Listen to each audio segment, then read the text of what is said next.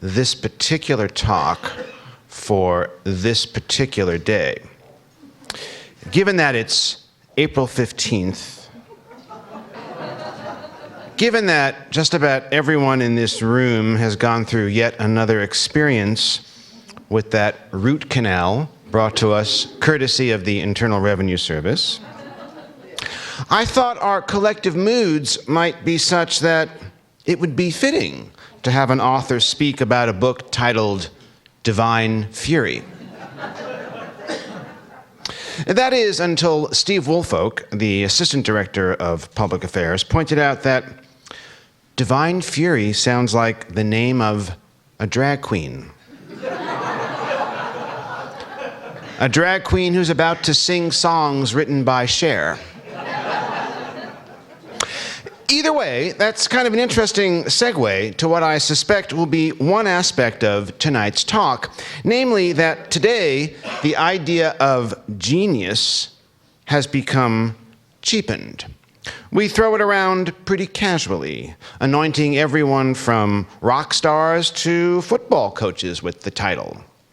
Hell, I've even heard people say it of Crosby Kemper III. But that's not the way it used to be. In Antiquity through the early modern period, the word genius connoted an almost unworldly power, someone who was advised by demons and possessed the power to create, to grasp universal secrets, even to destroy. Maybe Crosby does qualify. From there, the modern idea of genius emerged, but it was in tension with a growing belief in human equality, in direct contrast to the Enlightenment construct that all men were created equal. The idea of genius served to dramatize the exception of extraordinary individuals who were not governed by ordinary laws. Weirdly enough, no one has ever written a comprehensive history of the concept of genius. That is, until now. It was, dare I say it, a stroke of genius by Dr. Darrin M. McMahon to realize there was an opening, a book waiting to be written. The result is Divine Fury, a history of genius that takes us from Socrates to Napoleon to Einstein and beyond. Along the way, Darrin analyzes the democratization of genius, its disappearance in the miasma of popular culture, and will offer some hope for its possible rebirth. Darrin McMahon was educated at Yale and the University of California, Berkeley. He is now the Ben Weider Professor of History at Florida State University in Tallahassee. Many previous books, including one that I can't wait to read, which is called Happiness, a History. Maybe you'll have to come back for that. Divine Fury is available for sale. Darrin will be signing copies following his presentation. Ladies and gentlemen, please welcome Darrin McMahon.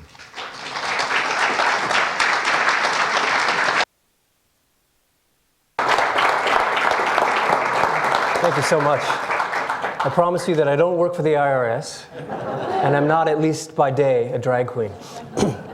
A real pleasure to be here, and all the more so in that I've never actually been to Kansas City, and I really didn't realize what a beautiful city it is, so I look forward to walking around a little bit more. It's also a pleasure to be in a library and to be with people who read books.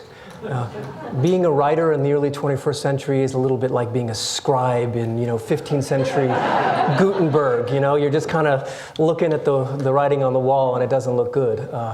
But when you come to places like this and talk with people like yourselves, you realize that in fact there still are lots of people who do that old-fashioned thing. My students read a whole book.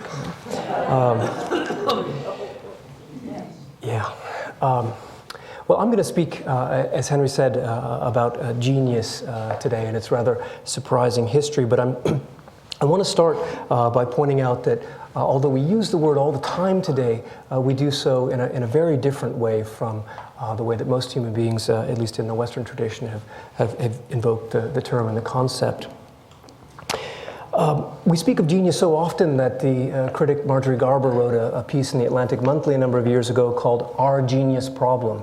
And the problem was that we have too many of them, right?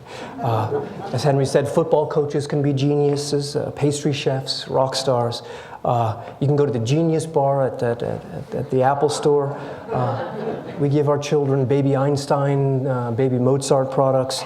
And indeed, you too can be a genius, right? If only you put your mind to it, and there are no shortage of self-help books that offer to give you genius. You can think like a genius, you can think like Leonardo. We've pluralized and democratized the concept to such an extent that genius is now ordinary, right? There's a bit of genius in all of us. And so what I'd like to do this evening is to sort of explain how we got to this point, and in doing so to chart the birth, the life, and perhaps the death of this strange and enigmatic creature we call the genius, a figure, at least until relatively recently, of dramatic and astonishing exception. Now, there have been wise men and wise women in all places and at all times. Prophets, poets, scholars, sibyls, shamans, sages. But the genius is an ideal of the highest human type, a kind of paragon of originality, of imagination, creativity, intuition, and brilliance, is a relatively new phenomenon. The creation, above all, of what scholars refer to as the Age of Enlightenment in the 18th century. Undoubtedly, there were precedents for the genius's emergence in the 18th century, precedents that go all the way back to the ancient world. And in fact, my book begins there in classical antiquity and picks up on a conversation that informs and influences later discussions. And it's a conversation really that focuses on a central question. What is it that makes the greatest individuals great? What accounts for extraordinary prowess of the mind?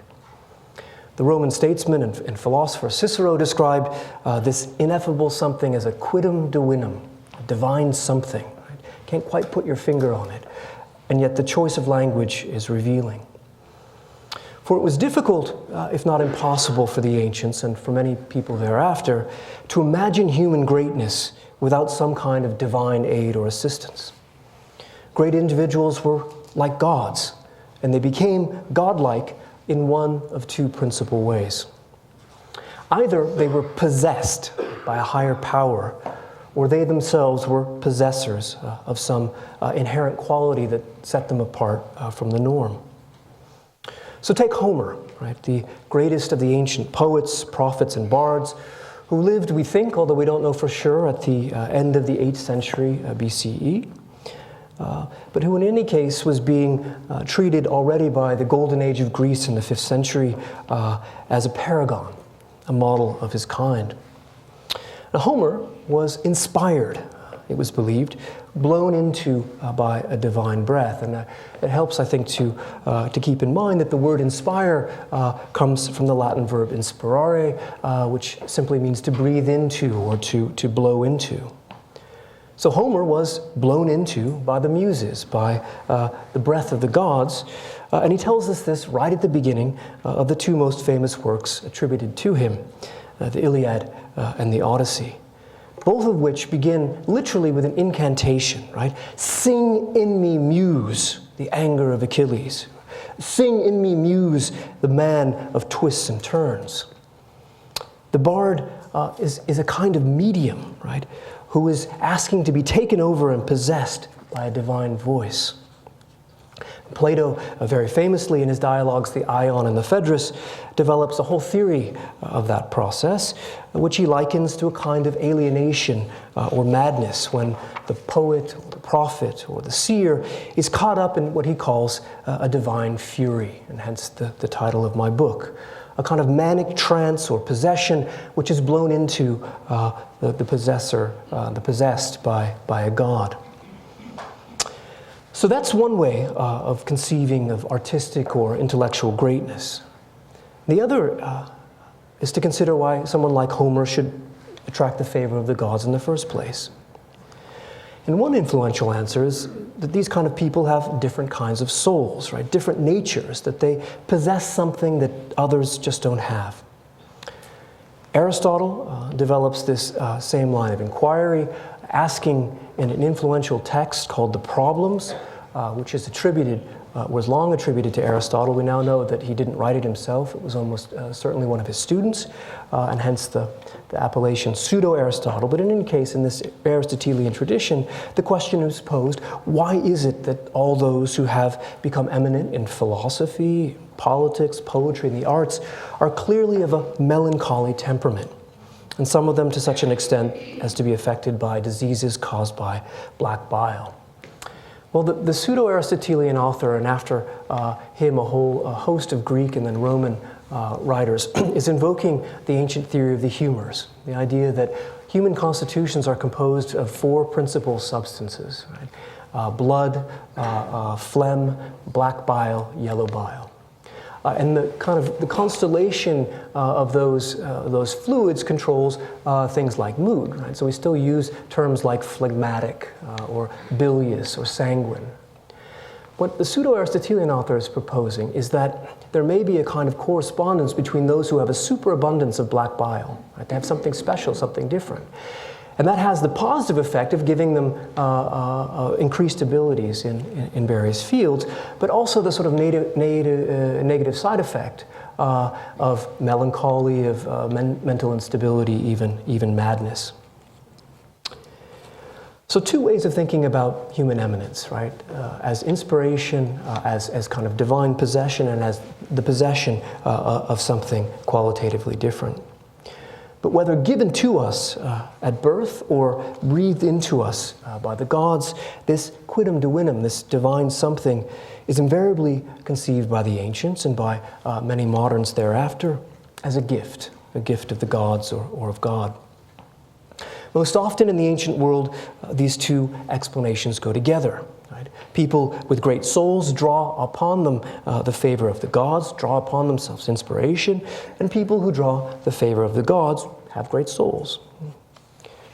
Now you get a really vivid sense of this conflation of these two types of thinking about genius in the Roman cult of the genius, right? A word that is spelled, so there's melancholy, right? Just coming from melon black and choled bile. The word genius, a word that is spelled, as you see, just like our modern term genius, and in fact, of course, we derive the word from the Latin, derives from the verb gigno gignere, which means to bring into being or to generate or to beget. It's the same root as words like gene or genital. And that is fitting, in a sense, in that the Roman genius was conceived as a god of birth, a sort of guardian companion who watches over all males from birth into death, acting as an intercessor to the divine. And I just want to flag something that I'm happy to talk about at greater length in questions, that the genius, the Romans believed, only watched over males. And this is one of the early indications of what is an undeniable truth, that there are kind of notions of male superiority and prejudices vis-a-vis women that haunt the history of genius until relatively recently. Now, the genius was often depicted as a kind of double, right, a divine mirror of the self, and also as a guardian spirit or angelic figure. And this is a fresco from Pompeii showing in the top portion the genius figure with a cornucopia, symbol of bounty, giving a little offering there before an altar. These are some household gods here. Down below, these two snakes are often used to symbolize the genius loci, the genius of the place. And the genius in this Roman sense was thought to inhabit not just individuals, but corporations and places, springs, and the like. That's another little votive figure. By the late Republic and the early Empire, every Roman male would have had a figure like this, maybe not so nice in bronze, in the house, paid homage to it, taken oaths on it, and then every year on what Ovid calls the festum geniale, the birthday of the male householder, you would have made an homage to your genius, maybe put some flowers out, sprinkle a little wine, light a candle, offer a little cake. And it's almost certainly the case that this is the origin of our modern notion of a birthday celebration. You're honoring your god of birth. But what does all that have to do, you may be wondering, with our later sense of genius? And I think the quick answer is that some people's genii, in the plural, in this ancient understanding, are considered to be greater than others, right? Just as some have greater ingenium, which is the Latin term for natural or inherent aptitude or talent, literally a kind of genius in us. The genius of some people, the genius of some people is just more powerful than that of others. And in fact, there's a whole classical tradition devoted to speculating about the genii of great men, the most famous being the genius of Socrates, or what in Greek was known as his daimonion, the diminutive daimon, which is the root of our modern term, demon. Demon, daimon, daimonion gets translated into Latin later as genius, and the two ideas get conflated in Roman minds. And the story, which is told by Plato and then picked up and commented on by a whole series of classical commentators, is that Socrates had his own private god, his own private genius that watched over him, but it was in keeping with his great nature, right? And it gave him uncommon power, uncommon insight. Socrates, as the oracle at Delphi had proclaimed, was the wisest man who lived, and therefore he had a particularly powerful genius. That's a Roman depiction of Socrates and his double, his genius. And that's a much later one. It's actually from the early 19th century.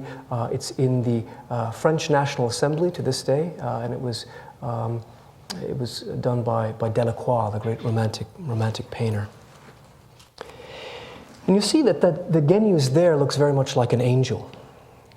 And one of the things that happens with the advent of Christianity is that the Roman cult of the genius feeds into and gets conflated with a Christian cult of guardian angels and also of patron saints, right, who are the guardians of our spiritual birth in a Christian tradition. And so what happens is that this classical conversation, this classical discussion about human eminence gets Christianized in turn and sustained for centuries thereafter. And indeed, if you look up the word genius in European languages well into the 17th century, you'll invariably find a definition like this one from Henry Cockeram's English Dictionary of 1623, which gives as the sole entry, as you see, genius, a good angel or a familiar evil spirit or angel, as well as the soul. Okay.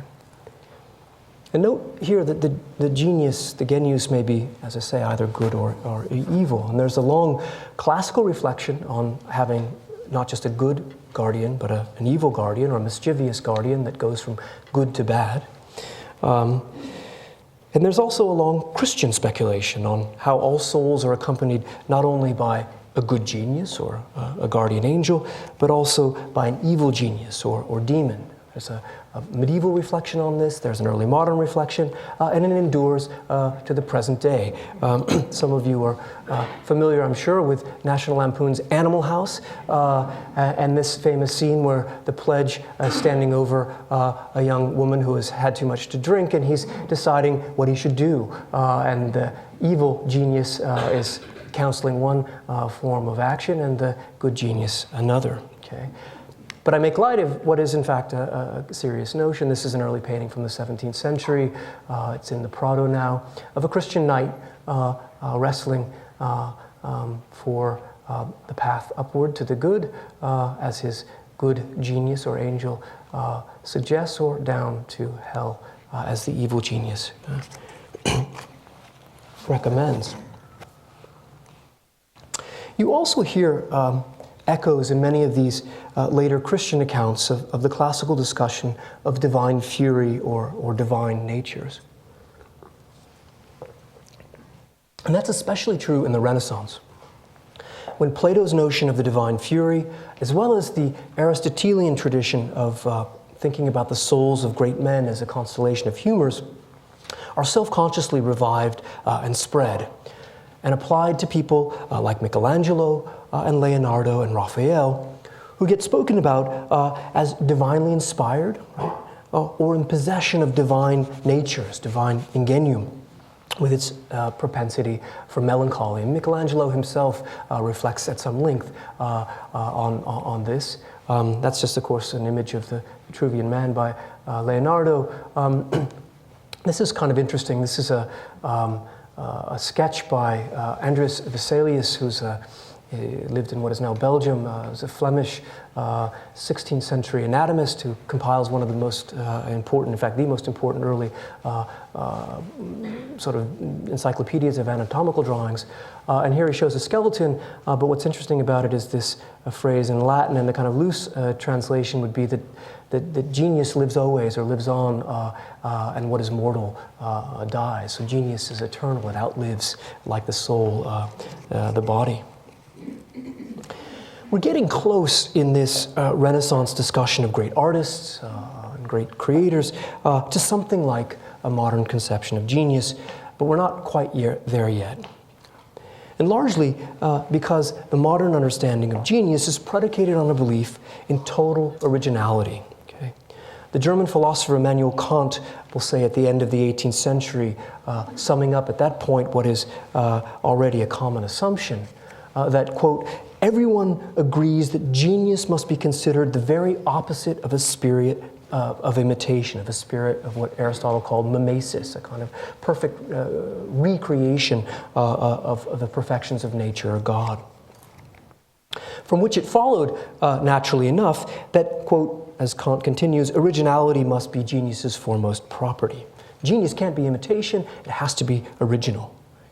As Wordsworth will later say in the early 19th century, genius is the introduction of a new element into the intellectual universe. In the modern reckoning, then, genius involves doing or thinking or making what no one else has done before. That's a belief that's entirely second nature to us now, right? We value creation and creativity, and our entire economy, right, backed up by a legal system of intellectual copyright, operates on the assumption that to create is to create something new. Right? We take that notion for granted, but it's in fact, historically speaking, really a relatively recent and radical departure. Because until roughly the 18th century, creation and a notion of creative originality were, strictly speaking, not possible. Why? Well, I'm going to simplify somewhat, but in brief, human beings thought of, and had always thought of, the universe and everything in it, every idea, every invention, every discovery, either as having existed forever, eternally, right, or, as in the Jewish and Christian accounts, as having been created by God at a certain point in time, but created complete in its entirety. And so it followed that everything that exists, right, again, every idea, every form, every innovation, exists already, has been conceived, thought of, anticipated by the ultimate creator, the creator omnium, the creator of all, God himself. You get a little insight, I think, into this, this older notion of thinking about human recreation by considering the etymologies of some words that we use all the time. So we talk about discoveries, and we talk, discover something is often to bring it into being, to create it, right?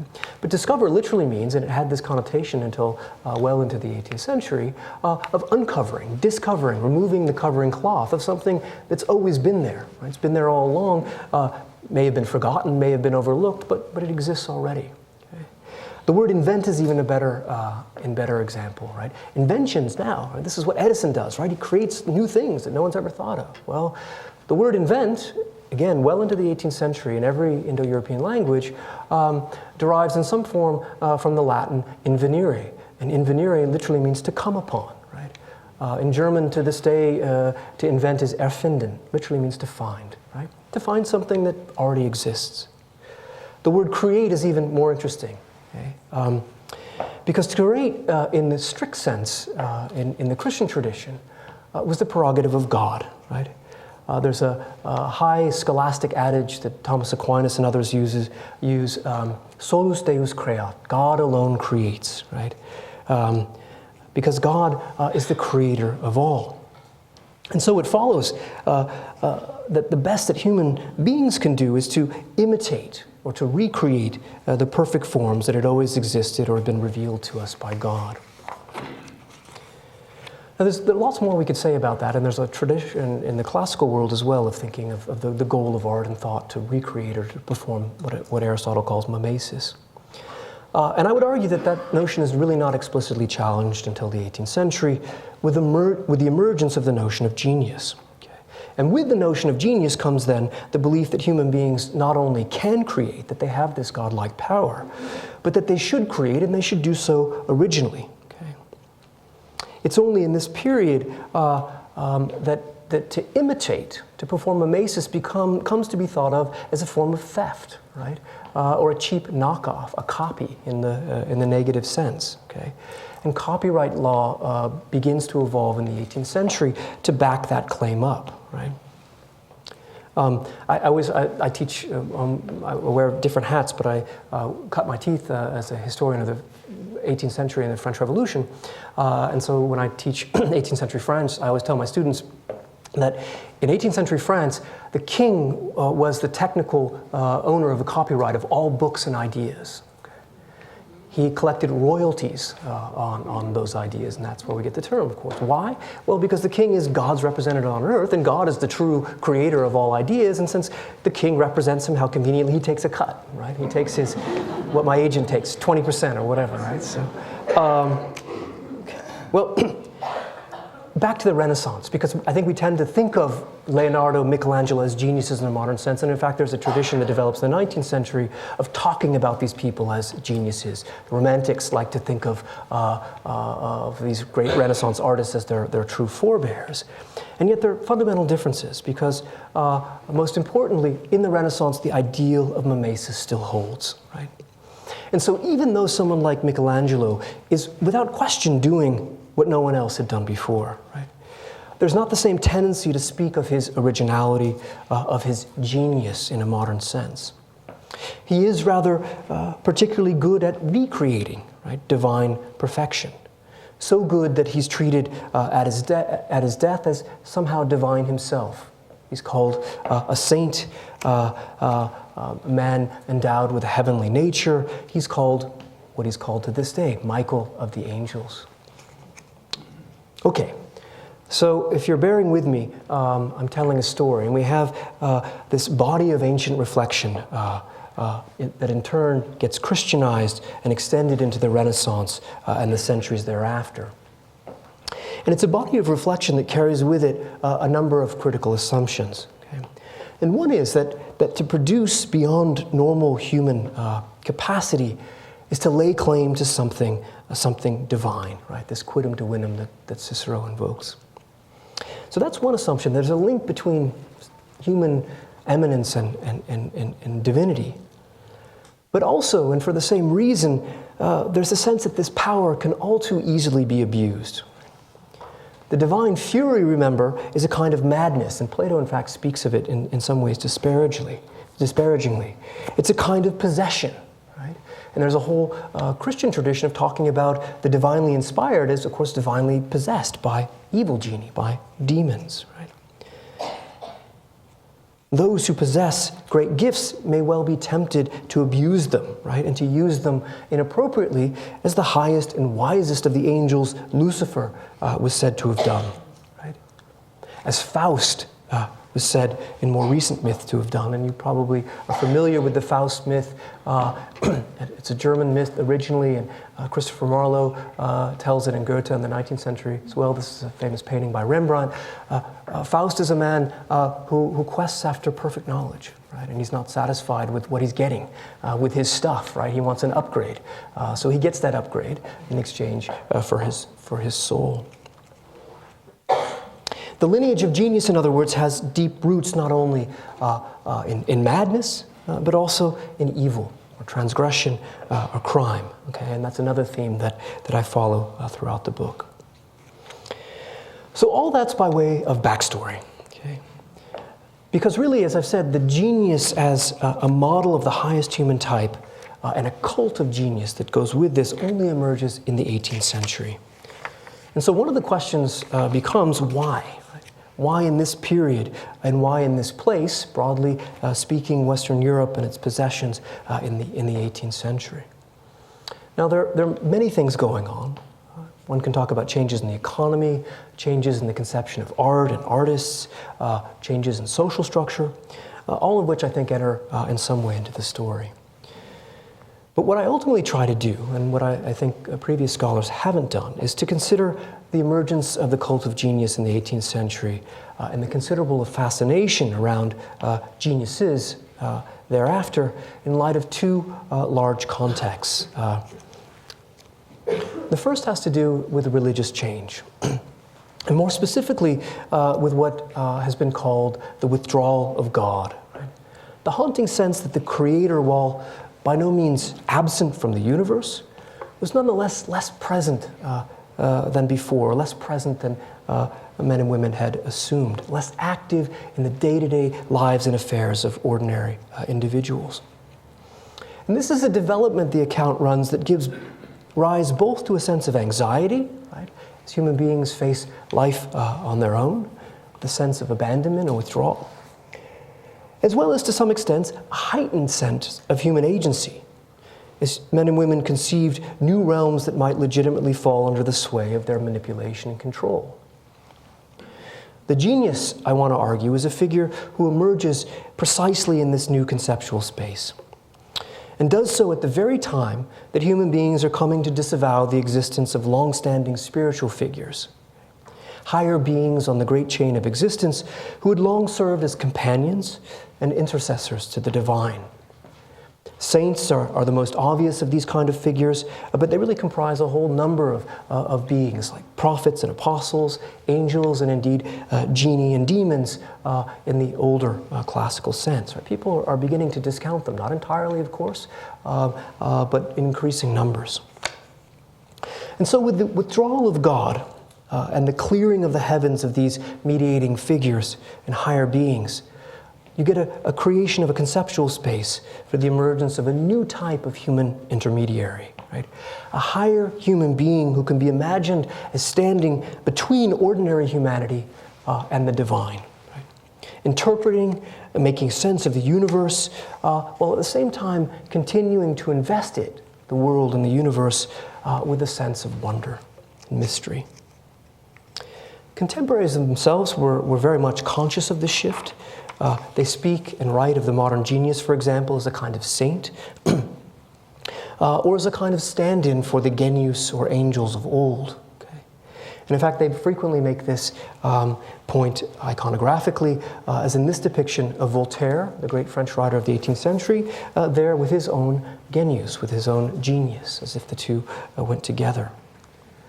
That's an image of Voltaire and Rousseau being led by their genius to what is now the Pantheon. It's a former church that's recreated on the model of the Roman Pantheon, the resting place of the great men of the fatherland. And indeed, Voltaire and Rousseau are put there as kind of modern founding saints and patriarchs for the new French nation that's created by the Revolution. So sometimes these new modern geniuses are spoken of as older genii, but more often they're spoken and written about as figures analogous, as I say, to saints. This is very clear with someone like Newton, who's an important figure in my story, an important early figure in the cult of genius. Somewhat an exception, actually, in the 18th century, that most geniuses in the 18th century are not men of science. I think since Einstein of geniuses almost exclusively as scientists, but in the 18th century it's more artists and writers. But Newton is certainly one of them. And he's spoken about as a saint or as a divine figure. Edmund Halley, the man who discovers Halley's Comet, describes Newton famously as straddling the, quote, insuperable line, the nice barrier betwixt human and divine. He exists midway on the chain of being between the gods and ordinary mortals. Others argued, like one contemporary, that Newton's, quote, virtues proved him a saint whose discoveries might well pass for miracles. How fitting, then, that his body should be received at his death in 1727 at Westminster Abbey, right?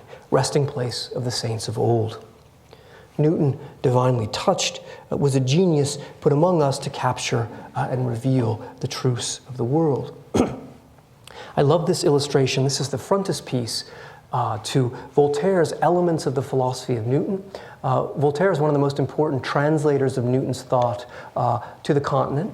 And so there you see, oh, I just did the wrong one. There you see Voltaire writing the Elements of the Philosophy of Newton, and Newton himself sort of mediating a divine light or divine revelation, which bounces off the mirror. It's reflected by Madame de Châtelet, who is Voltaire's mistress and also an important woman of letters in the 18th century, who in fact translates Newton's Principia Mathematica. And so, this is, I think, a perfect image of the kind of place of genie, right, on the chain of being, and of Newton himself as somehow a divine figure. That's another image by Fragonard, the great 18th century French painter, of himself. And what's interesting about it is that it's very much on the model of religious painting, as if a saint is detecting the presence of an angel or hearing a voice, an epiphany. And here's a modern artist, a painter, depicted in the same way. Now, the point of these comparisons between the modern genius and earlier religious figures or spiritual beings is not to insist upon any crude or direct correspondence between ancient and modern types. It's rather to make the point that the modern genius retains a kind of religious aura, and so is invested with exceptional powers. Powers of creation, but also of destruction. Powers of vision and prophecy, of salvation and redemption. Geniuses get imagined in the modern period as privileged beings, right, who can see where other people can't. They can see into the fabric of the universe. They can see into our souls. And they can, like the patron saints of old, seemingly embody the broader spirit or genius of the people, the genius populi. A good example of this is Shakespeare. Okay? Shakespeare is obviously older writer than the 18th century. He's an Elizabethan dramatist, but he's not spoken of as a genius or described as a genius until the 18th century. The cult of Shakespeare in this way emerges in the 18th century. And you get this kind of strange paradox whereby Shakespeare at once is described as totally original, unlike any human being who's ever lived in the history of humanity, and at the same time, the incarnation or the embodiment of Englishness, right? Who's able to kind of to mediate, to embody in his person the genius of the English people. Goethe comes to serve in some ways this role in Germany. Benjamin Franklin, later Edison, perhaps today Steve Jobs for the United States. I have things to say about Steve Jobs, but clearly people, I think, see him as embodying something, something that is essentially good about American creativity and innovation and going against the grain and so forth. Another key figure in my story and a key figure in this narrative is Napoleon. Okay, and Napoleon plays an important role in my history in part because Napoleon comes at the end of the 18th century, the end of a century that's proclaimed this new cult of genius. And what I would argue is that Napoleon's genius is that he recognizes the political possibilities of using the cult of genius to legitimate his power. Napoleon doesn't have divine right, he doesn't have democratic sanction, he's from a minor aristocratic family, he's nobody, right? But what he has, and what the crowned heads of Europe can't help but notice, is something here, something special. And from very early on in his reign, he uses that. He uses that to create an aura around his power, and it's very effective. Okay, there's a whole history of propaganda here, and I talk about at some length. This is just a later image from the Empire showing Napoleon as literally as master of the universe. Right? There's a whole legend that Napoleon, like Caesar, had his own guiding comet or star that would appear in the sky before battles. He's divinely consecrated, divinely touched. But again, it works both ways, especially if you talk to the British, right? Or the Germans, right? Napoleon, the hero, the embodiment of France, is the son of Satan, right? This is a German engraving, which is very cleverly takes from the famous lines in Matthew and Mark, "Here is my son with whom I'm well pleased," ascribed to Jesus in the words of Satan, right? Napoleon as a kind of satanic figure, who creates darkly, who uses human beings as flesh to build and destroy. So the point that I'm developing is that the genius, long after the fact, retains an earlier connection to the magical, to the mysterious, to the transcendent, to the divine, despite a concerted attempt in the 18th century to disenchant genius, okay? To explain genius in purely rational terms. And I haven't talked about that now, I'm happy to in questions. There is an attempt to think about genius purely as a kind of rational affair, but the takeaway point for right now is that that attempt really fails in the 18th century, right? And by the end of the 18th century, that defense of genius, that way of speaking about genius is very much on the defensive. It fails, I would argue, already in the 18th century, but even more so in the century that follows, right? When this long-standing tendency to speak of genius in terms of the divine gets reimagined and reinvented and presented in new ways. The Romantics do this especially, and it continues on through the century. Okay? This is above all the case in Germany, okay? Though by no means only in Germany. In Germany, already in the 1830s, a man like David Friedrich Strauss, who's the author of the first sort of historical, quasi-historical biography of Jesus, Strauss can comment in the 1830s that, quote, "The only cult which is left over from the religious debris of the preceding cults for the educated of our time is the cult of genius." One finds similar sentiments and statements among Romantic writers and philosophers who pile on lavish speculation about the genius's powers of prophecy and revelation, of the ability to translate, capture, and embody universal truths and deep spiritual longings. A kind of Romantic fellow traveler, the American Ralph Waldo Emerson, can declare categorically that genius is religious. And that claim gets repeated time and again in so many different ways, in so many different forms, that by the early 20th century, analysts like the Austrian writer and historian Edgar Zissel are speaking openly of what Zissel calls, in a book of that name published in 1918, as the Genie Religion, the religion of genius. One of the epigraphs to my book is taken from an important German psychiatrist and sociologist from the 1930s who writes a book called The Problem of Genius. And he has a line there where he says that among modern civilized beings, a reverence for genius has become a substitute for the lost dogmatic religions of the past. And he doesn't see this as a good thing. Now, the religion of genius is a religion replete with its own cult of relics, and with its own martyrs, and with its own places of pilgrimage. And this is something that I spend quite a bit of time developing in the book. There's a whole trade and traffic in the body parts of geniuses, right? Because you know they have something there, and if you get close enough, you can see it. This is the finger of Galileo, one of three. That's removed when his body is translated, moved to Santa Croce Cathedral, where it is to this day. That finger is now in the Museum of Science in Florence. You can go see it. This is Voltaire's heart being deposited, how fittingly, in the National Library, the Bibliothèque Nationale in 1927. I wrote an article on Voltaire's heart years ago. His heart and his brain are removed from his body in 1778 when he dies, and they trade hands, and they're bought and sold, and then they go missing. And it's rediscovered in 1927. It goes missing again, turns up only a couple of years ago in a statue by the great French sculptor Houdon, who also does John Adams and Thomas Jefferson. And people had there was a foul smell in this room where the statue had been moved, and lo and behold, the heart was inside. It's the skull of Descartes. Russell Shorto has written a wonderful book on the peregrinations of Descartes' skull. It's brought back to France at the time of the French Revolution. People carve rings out of some of his bones.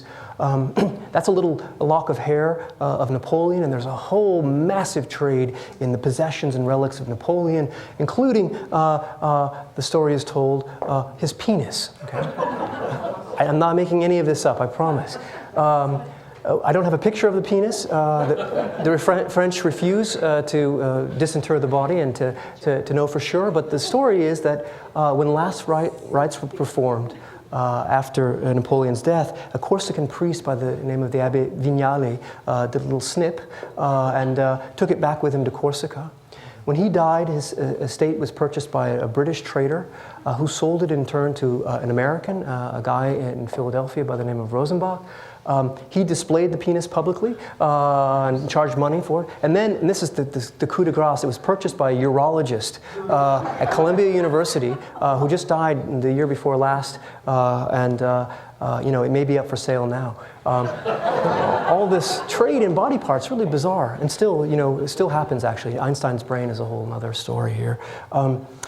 Places of pilgrimages as well. This is Shakespeare's house, which is purchased by a trust of writers in the middle of the 19th century and becomes a site of pilgrimage for Americans, for British, and for Germans who are obsessed with Shakespeare. There's a postcard, right, of the house. That's Goethe's home, where he lived for the last 50 years of his life in Weimar. On the Frauenplan, that's his study recreated. You can still see it. It looks just like this, and see where genius happened. It becomes a museum purchased by the German government in the end of the 19th century and a major place of pilgrimage, as does the house where Nietzsche died, the great German philosopher Friedrich Nietzsche, who goes mad at the end of his life and is taken care of by his sister in Weimar, right up the road, in fact, from Weimar's house, from Goethe's house. When he dies, there he is, Nietzsche on his deathbed, the archive, what it now is converted into a kind of shrine, literally a kind of shrine. And these interiors were done by a very wealthy Belgian modernist architect by the name of Henry van de Velde. There's a statue of Nietzsche at the end there, this music and books and so forth. This is Wanfried, the house of Wagner, and Richard Wagner is another important figure in my story. And Wanfried is already a pilgrimage site at the end of his life. Okay, I'm going to bring this rapidly to a close. To see the modern genius then as a figure of special election in this religious sense goes hand in hand with the other main context in which I try to understand the emergence of genius that Henry referred to in his opening remarks, and that is the simultaneous emergence of a discourse about human equality. And it's one of these really interesting ironies that the cult of genius, the cult of individuals are unlike any others, emerges at the very same time as you get a discourse of human equality, right? Someone like Thomas Jefferson proclaimed in 1776 that the notion that all human beings are created equal is a self-evident truth. Okay? We know all too well that Jefferson doesn't really believe this, okay? That he, like so many of his contemporaries, was quick to enumerate a whole series of exceptions to his own general rule, right? He doesn't believe that African Americans are created equal. He doesn't believe that women are created equal, and so on and so forth, okay? They didn't deserve then the equal rights, the equal treatment afforded to others, okay? And in the 19th century, those claims are shown on the basis of a kind of a spurious science and anthropology. We would call it a pseudoscience, but at the time it wasn't a pseudoscience. It was taken as real science, to be less than equal, right? And so undeserving of the rights enjoyed by all. Well, what I try to show in the book is how the discussion of genius is treated as a kind of mirror image of this, the inversion of all this. Geniuses, too, are thought of as exceptions, right? Exceptions to the ordinary laws of nature, but their exception affords them greater consideration, not less. Jefferson himself considered geniuses to be part of what he and others called a, quote, natural aristocracy, right? Based on creativity and genius and intelligence, among other criteria that might be used to buttress a new social order and hierarchy in a world that was increasingly less inclined to sanction notions of an older tinsel aristocracy, as Jefferson put it, an aristocracy based on titles and heraldry and inherited privilege. Geniuses, in other words, become a kind of foil for equality. Okay? They're exceptions to the norm, beings whom Immanuel Kant describes as nature's favorite. Okay? Francis Galton, the cousin of Charles Darwin and the father, as many of you will know, of eugenics, puts it slightly differently in his hugely influential work of 1869 entitled Hereditary Genius. Okay. Galton observes there that geniuses are grand human animals of natures preeminently noble, born to be kings of men. Okay. And he gives their statistical sanction to that claim by arguing on the basis of science, statistical science, that geniuses appear in a population pool on something like the order of 1 in 20 million. And later he says maybe even there have only been 400 or 500 geniuses total in the history of humanity. There's a whole science that develops in the 19th and early 20th centuries devoted to what I call genealogy, right? G-E-N-I-O-L-O-G-Y, right? It begins with physiognomy, the study of faces, and phrenology, right, skulls. It continues through craniology and the studies of brains and skulls, to physiology and medicine, and it finally culminates in the intelligent quotient. Okay, and one of the stories I want to tell is how the search for an intelligence quotient grows directly out of this really wacky and quite perverse science of the 19th century. The explicit aim of this science is to show that geniuses are constitutionally, fundamentally, inherently different from ordinary human beings. And so, as Galton puts it, are naturally born to lead, right? Not to follow. They're born to make rules or to break them, but not to imitate or slavishly fall into line. As Cesare Lombroso, who was a criminologist and medical doctor in the 19th century and is also a very important student of genius, puts it in his book, L'uomo di genio, the man of genius, everything is permitted to genius. Right? Geniuses operate, he says, according to a special morality. They're not bound by ordinary laws. Well, in the final chapter of this book, I try to show how this profoundly racist and anti-Semitic genealogical science is put to the service of the religion of genius. Okay? And what I try to claim is that this science is simply backing up or substantiating many of the claims that are put forth in this religion of genius. These are pictures of geniuses by Lafayette, who's the founder of physiognomy, right? The study of faces, and you can tell these are all geniuses. He can tell, right? By their silhouette. Okay? Those are the eyes of a genius, in case you didn't figure that out. And he says you have to have a certain genius to figure it out, right, to detect it. We laugh at this kind of thing today, but it remains hugely influential into the 20th century. So this guy, Ernst Kretschmer, authors this book, The Psychology of Men of Genius, which was written in 1930 and translated in 1931. Kretschmer wins the Nobel Prize in psychology, not for this work, but he fully subscribes to a notion of physiognomy. These are images of Jewish genius. Okay? Kretschmer, unlike I think most in his profession in Germany at this period, is not an anti-Semite, but he believes that there's a Jewish type and it's reflected in a Jewish face, and one can show genius. There are all these cranial studies. This is the skull of Schopenhauer, the great German philosopher of the 19th century, pitted against the German poet Schiller, Talleyrand, the French diplomat Napoleon, an Italian genius, and then at the bottom, and these studies are always done on this continuum, a cretin. Okay, right? Somebody who is mentally handicapped. This is a skull of Immanuel Kant, who was disinterred in 1880 to study and to prove his genius. Also the skull of Kant by this crazy guy here, Cesare Lombroso, who has this idea that you can use modern statistical techniques to find out all kinds of stuff about genius, like the relation of average monthly temperature to admission of lunatics to asylum and to the production of works of genius. Right? Totally ludicrous, right? But there you have it. It's based on a kind of a notion that goes all the way back to that divine fury, or the Aristotelian notion that there's a link between madness and genius. A medical science develops in the 19th century that says genius is a positive side effect of mental illness. And here's one of the major theorists of this, is a French guy who shows this sort of tree of nervous illnesses. And up here you have exceptional intelligence, genius in sciences of music and painting, but it's right above this tree here that has criminals on it, utopians, intellectuals, right? As well as prostitutes and other mauvais sujets, bad subjects, okay? So what I try to show in the last chapter of the book is how this science then serves to reinforce the myths perpetrated by the religion of genius, and how it's all brought together in a kind of perverse way by the Nazis, okay, in a cult of genius centered on Adolf Hitler, who to an even greater degree than Napoleon makes genius and his own genius, as perverse and absurd as that may sound to us today, a centerpiece of his propaganda. Okay?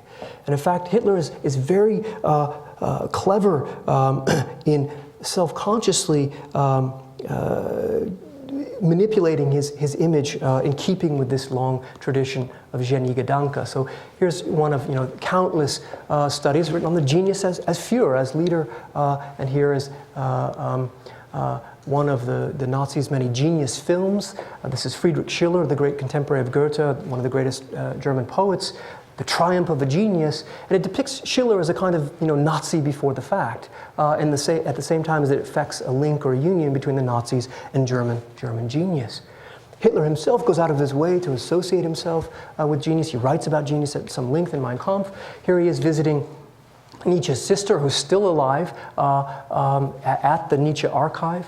Nietzsche himself was not an anti-Semite or a German nationalist, but his sister undoubtedly was. And here she is greeting Hitler at the home, and Hitler takes this picture with the Max Klinger statue. Wits point out that you only get half Nietzsche and half Hitler, two half-wits, or one at least. There's Hitler at Bayreuth, the opera house built by Wagner for his operas, and Hitler's obsessed with the cult of Wagner and obsessed with Wagner. In fact, one of the last things he does in the bunker is he's got his original score of Rienzi, one of his favorite operas, and his plans to redesign the city of Linz where he's born, because Hitler fancies himself an artist, an architect, and very much identifies with this tradition of thinking of genius. Here he is in Weimar. He goes to visit Goethe's house, and there's a picture of him before a famous sculpture of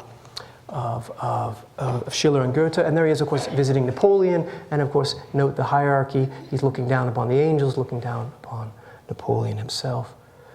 Hitler's the Man of the Year in 1938, playing a hymn of hatred before a kind of Wagnerian organ. Okay.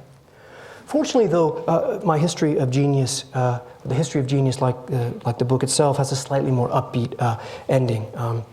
Because I try to show how the Nazis in general, and Hitler in particular, are obsessed with the figure of Einstein, the good genius, right? Who embodies a rival myth that discredits Hitler's own. Pitting Hitler against Einstein is not just a dramatic convention on my part. Many contemporaries thought of the two in this way. Indeed, when entering Princeton University, undergraduates were asked in 1939 who were the most important living people. Hitler comes in one, and Einstein two. This is in 1939. Einstein had been living on the Princeton University campus since 1935. Right? It tells you something.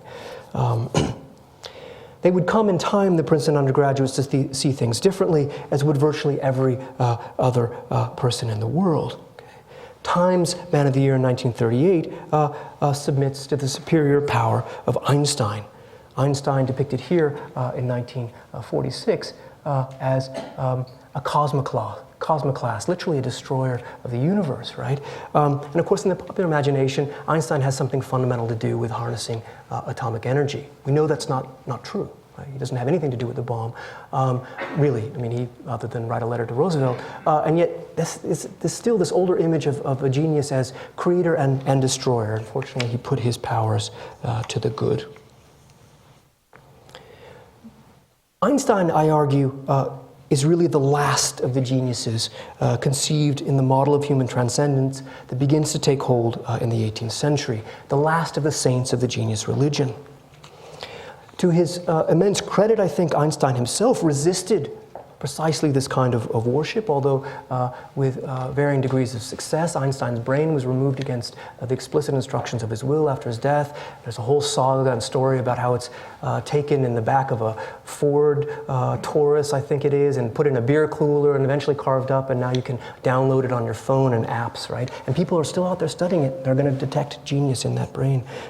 Dadgummit, as my stepfather from Oklahoma used to always say. At the same time, this kind of worship, right, falls out of favor after 1945 for a whole number of reasons, not least of the association between genius and the Nazis. With good reason did men and women grow wary of the dangers of bowing before idols. And as they did so, they came to appreciate what one research director at the storied consulting firm of Arthur D. Little was already pointing out before the war, that organized research, as he put it, does not depend upon individual genius, it's group activity. Many heads, in short, are better than one. There's wisdom in crowds, we now know, genius in networks and groups. There's emotional intelligence, multiple intelligence. There's a bit of genius in all of us. Democracy and equality, in the end, have had the last laugh, okay?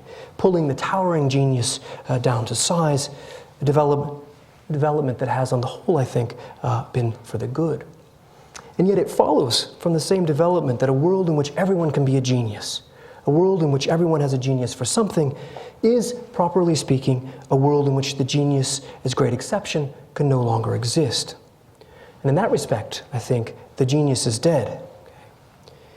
And while there are, as I've suggested, good reasons why we shouldn't be quick to mourn the passing, I also would suggest that we need to recognize that we lose something when we no longer allow ourselves to wonder and marvel before greatness. If it's true that those who prostrate themselves before idols make themselves small, it's equally true that those who fail to take the measure of true stature are diminished. Thank you very much for your attention. I'm sorry to have run over a little bit. I'm happy to answer any questions if you have them.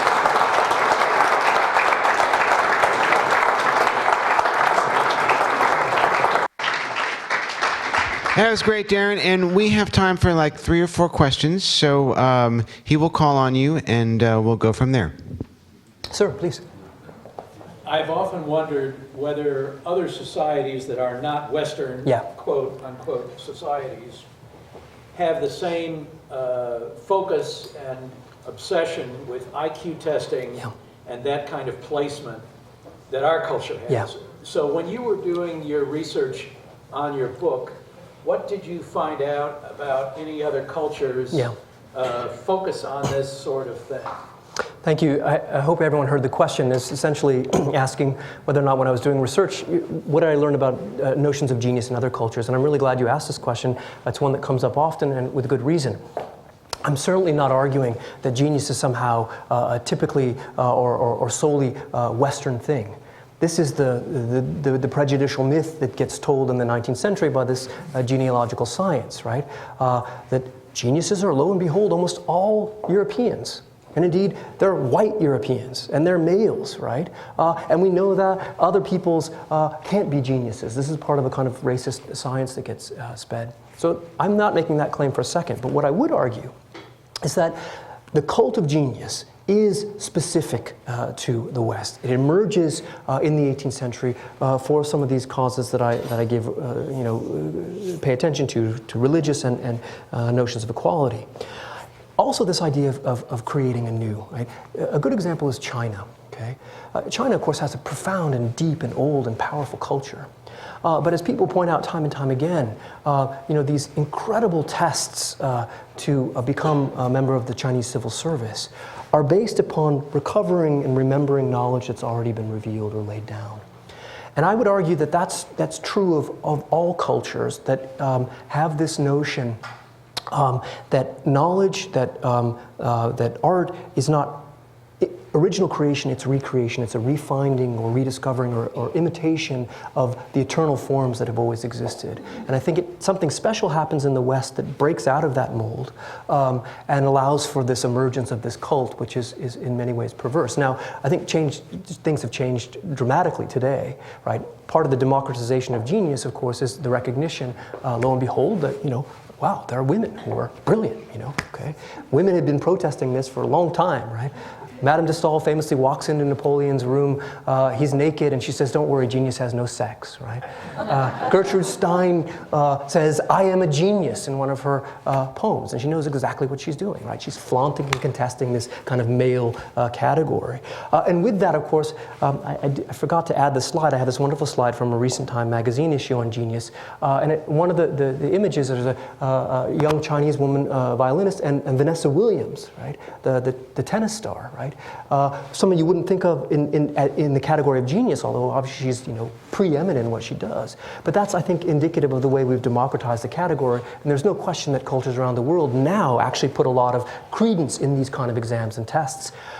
My book has a kind of implicit and explicit warning about putting too much credence into these tests. And I tell the anecdote at the beginning that I took and failed an aptitude test for mentally gifted minds in California in the 1960s. And because I'm stubborn, I've been contesting that my whole life. And I now think of it as a gift because it's good for writers and scholars to have self-doubt all the time. It's actually a useful kind of thing, but I'm not sure that's so good for most children. Anyway, I hope that answers your question.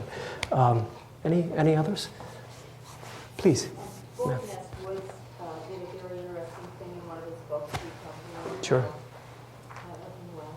He showed that just like Thomas Jefferson, he brought up, he had an arrogance and a thought that some people were better than others. He proved in his documentation that Benjamin Franklin was very arrogant toward most of the human race as well. So I have a question for you as a historian and student of people like this. Do you have any insight why those two men and others, as the founders of this nation, would have deliberately and intentionally sought to propagate equality among men if they weren't of this persuasion?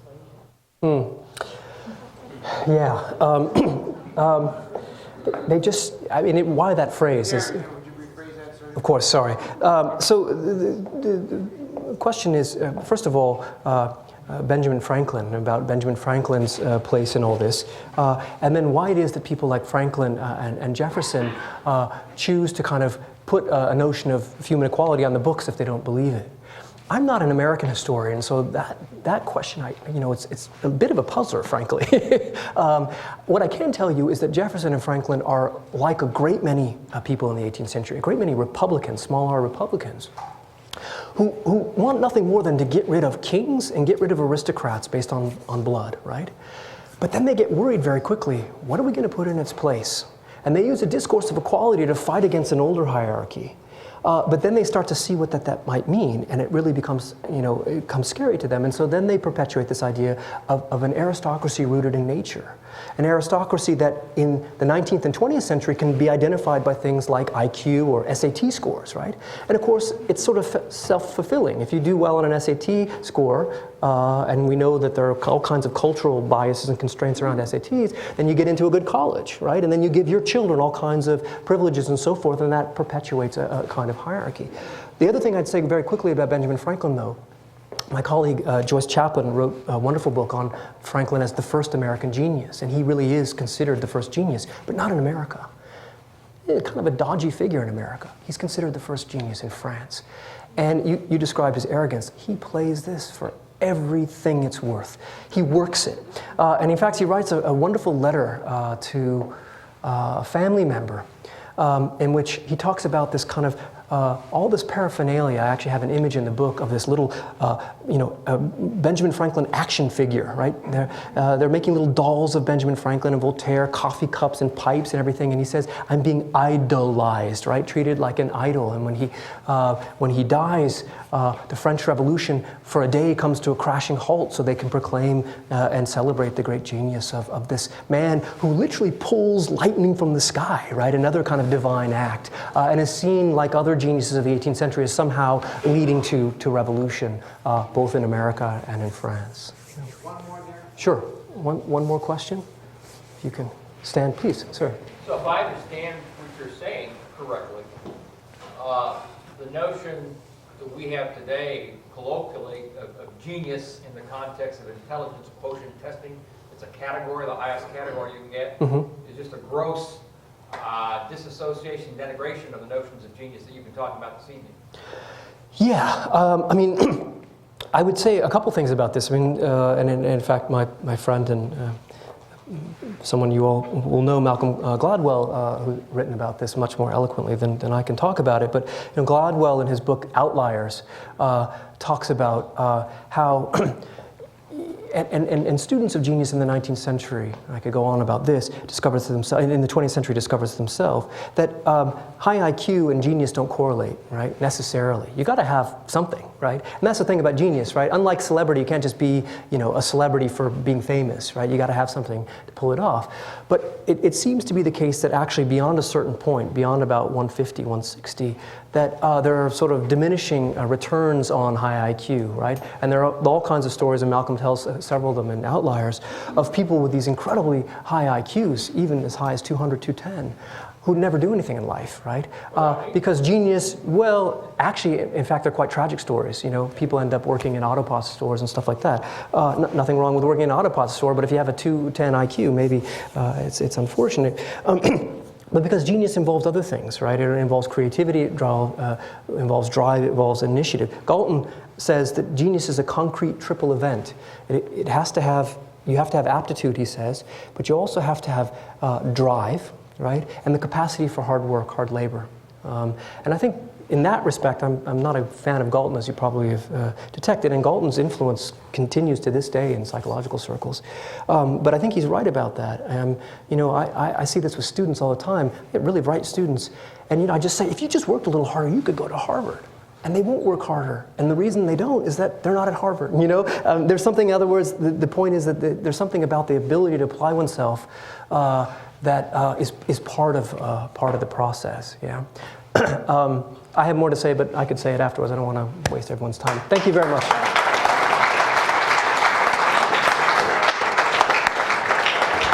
Thanks, Darrin. Thanks all for coming.